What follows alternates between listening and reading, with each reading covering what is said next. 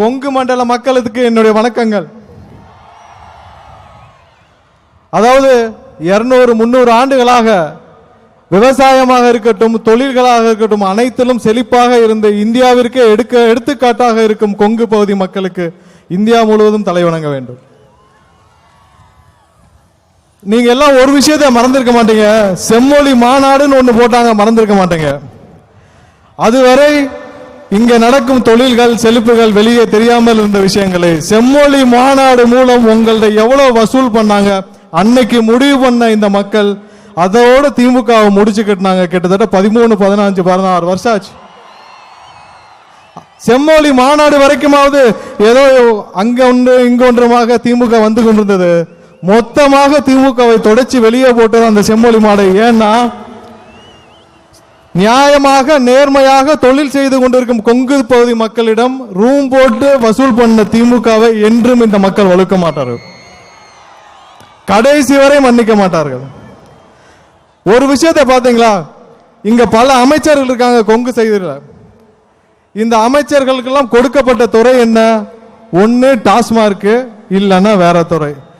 தொழில்களில் சிறந்து வழங்கும் கொங்கு பகுதி மக்களுக்கு தொழில்துறையில் ஒரு அமைச்சர் ஏன் கொடுக்கவில்லை என்பது இந்த பகுதியில் பல மக்களுக்கான கேள்வி. இத்தோட 2026 அப்புறம் இதுவரை இருந்த ஆட்சியாளர்கள் யாரும் உங்களுக்கு எந்த விஷயத்திலும் உதவி செய்யவில்லை, எதுவும் நடக்கவில்லை. நீங்கள் சுயமாக தொழில்களை நீங்களே வளர்த்து இங்கே வளர்ந்து கொண்டிருக்கிறார்கள்.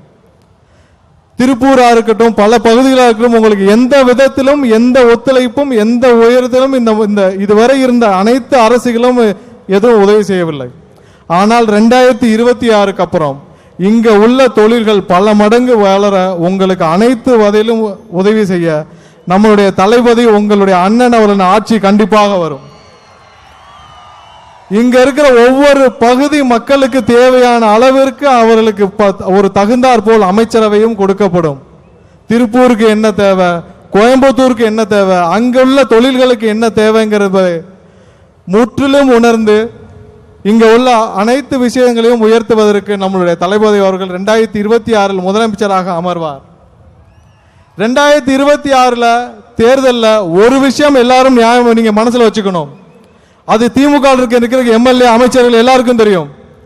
ஈரோடு முத்துசாமி அவர்கள் முதல் கொங்கு நம்மளுடைய கரூர் செந்தில் பாலாஜி வரை யாரும் ஜெயிக்க போவது கிடையாது. அனைவரும் அவங்களுடைய தொகுதியை மாற்ற வேண்டும் என்று முடிவு செய்து வைத்திருக்கிறார்கள். ஆனா எங்க போனாலும் விடாதீங்க, எல்லாரையும் முடிச்சு அனுப்புங்க.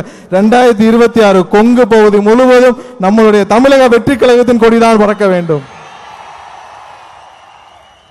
நீங்கள் அனைவரும் காத்துக் கொண்டிருக்கிற தலைவரின் உரைக்கு என்னுடைய உரையை தொடர்ந்து முடித்துக் கொள்கிறேன். வாய்ப்பை வழங்கிய தலைவருக்கு என்னுடைய நன்றியை தெரிவித்து விடைபெறுகிறேன். நன்றி, வணக்கம்.